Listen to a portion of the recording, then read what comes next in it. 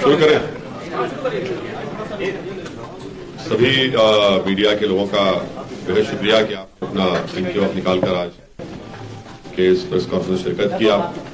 आपको ये बताना चाह रहा हूं कि आज हमारे साथ भागीदारी परिवर्तन मोर्चा के कन्वीनर जनाब बाबू सिंह कुशवाहा साहब और रामचरण कश्यप साहब भी हैं और डॉक्टर अयूब साहब हैं जो पीस पार्टी के अध्यक्ष हैं, सदर हैं। और हम तमाम ने मिलकर ये फैसला लिया है कि भागीदारी परिवर्तन मोर्चा जहां पर पीस पार्टी के कैंडिडेट रहेंगे उन पीस पार्टी के कैंडिडेट के हम सपोर्ट करेंगे और वैसे ही पीस पार्टी जहां पर भागीदारी परिवर्तन मोर्चा के प्रत्याशी होंगे वहां पर वो अपनी सपोर्ट करेंगे। मैं जनाब डॉक्टर अयूब साहब का बेहद शुक्रिया अदा करता हूं कि उन्होंने और उनकी पार्टी ने फैसला लिया है और इंशाल्लाह हम सब लोग मिलकर आगे इस चुनाव में मिलकर काम करेंगे ताकि उनकी पार्टी के प्रत्याशी और भागीदारी परिवर्तन मोर्चा के कैंडिडेट्स को काम मिल सके।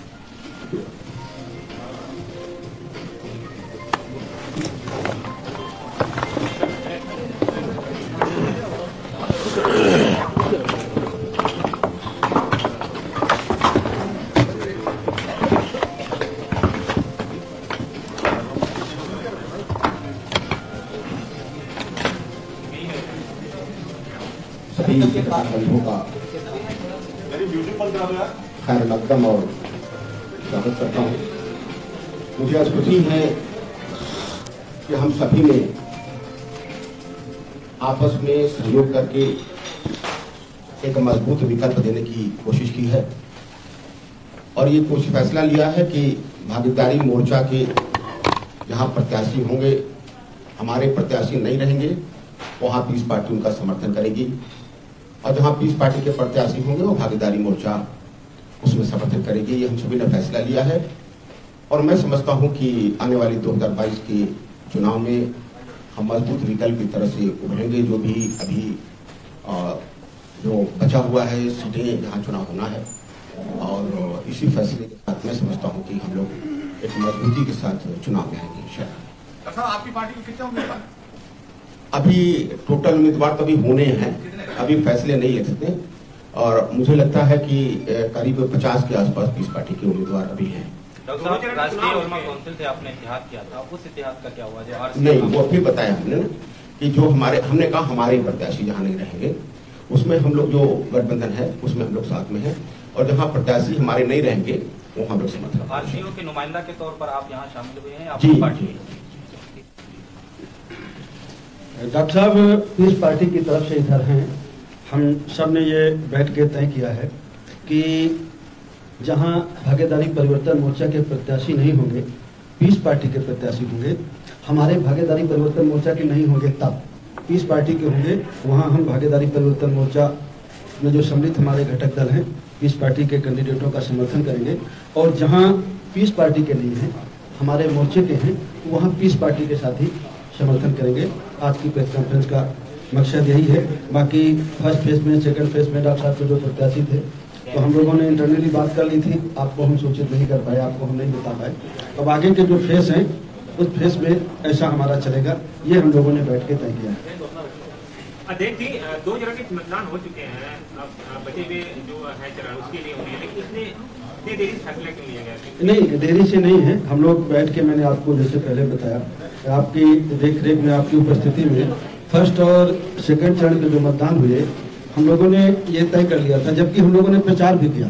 एक दिन मैं अयूब साहब आगरा गए, अलीगढ़ गए, बदायूं गए, तो हमारे मोर्चे के भी प्रत्याशी थे, इनके भी प्रत्याशी थे सेकंड फेज वाले में।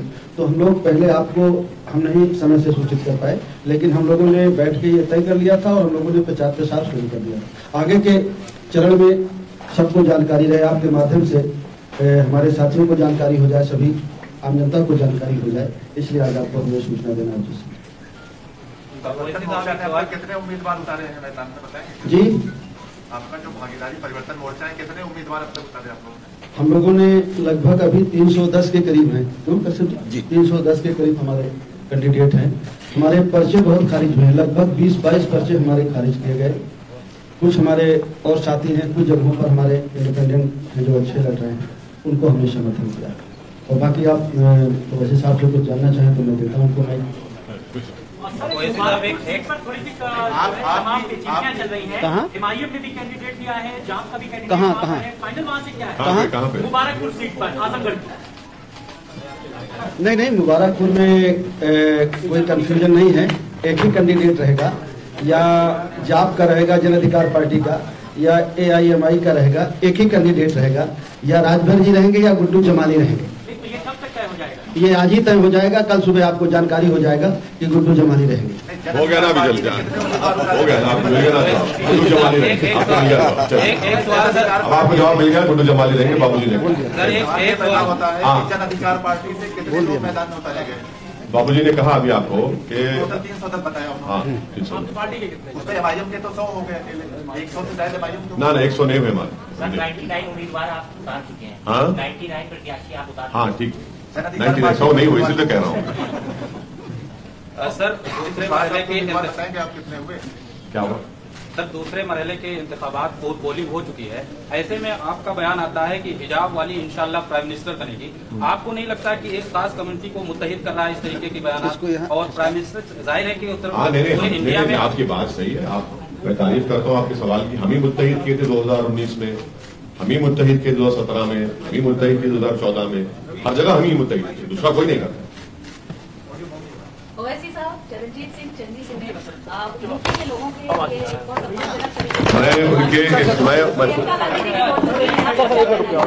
मैं उनका स्टेटमेंट सुना हूं। एक प्रदेश के मुख्यमंत्री को दूसरे प्रदेश के लोगों के बारे में इतना डिरोगेटरी तरीके से बात करना बिल्कुल गलत है। वो एक संवैधानिक पोस्ट पर है, उनको जेब नहीं देता, और जिस ओहदे पर है उसका इकबाल रखना चाहिए। तो उन्होंने जिस तरह से ये बात कही है, मैं उसको नहीं मानता, मैं उसको कंडेम करता हूं, और बिल्कुल गलत कहा उन्होंने। असद साहब, आज महबूबा मुफ्ती साहिबा भी बोली हैं हिजाब के मुद्दे पे। उन्होंने कहा कि बीजेपी इस पर नहीं रुकेगी, मुस्लिम्स के जितने सिंबल्स हैं उन पर एक के बाद एक अटैक किया जाएगा। तो महबूबा मुफ्ती से पूछिए, मुझसे क्यों पूछ रहे हैं? नहीं, आपकी राय जानना चाह रहे हैं। नहीं, उनसे पूछिए ना, वो बीजेपी के साथ ही थी, वो बीजेपी को लेकर आई कश्मीर में, बीजेपी का आदमी उनका डिप्टी CM था, और बीजेपी उनके साथ ये कहा कि 370 को हम नहीं करेंगे, तो सब साथ मिलके थे। वो खुद बताएंगे, वो बेहतर जानती है बीजेपी को मुझसे ज्यादा।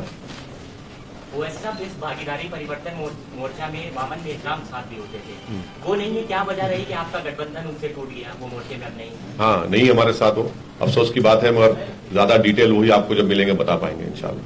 जी, मुख्यमंत्री जी लगातार एक शब्द का इस्तेमाल कर रहे हैं, गर्मी का। कह रहे हैं जो हमारा विपक्ष है, ज्यादा अगर होगा तो हम गर्मी निकाल देंगे, जून में भी हम गर्मी निकाल देंगे। हाँ, वो मौसम वैज्ञानिक एक्सपर्ट है, तो मुझे यकीन है कि वो माने पूरे विश्व में अगर क्लाइमेट चेंज हो रहा है, तो मैं तो अपील करूंगा कि आइंदा जब वर्ल्ड क्लाइमेट कॉन्फ्रेंस होगी तो मुख्यमंत्री को वहां पर बुलाया जाए, वो बताएंगे, देश को, पूरी दुनिया को ज्ञान देंगे कि क्लाइमेट चेंज क्यों हो रहा है, फॉसिल फ्यूल से हो रहा है या जबान से हो रहा है, बता देंगे।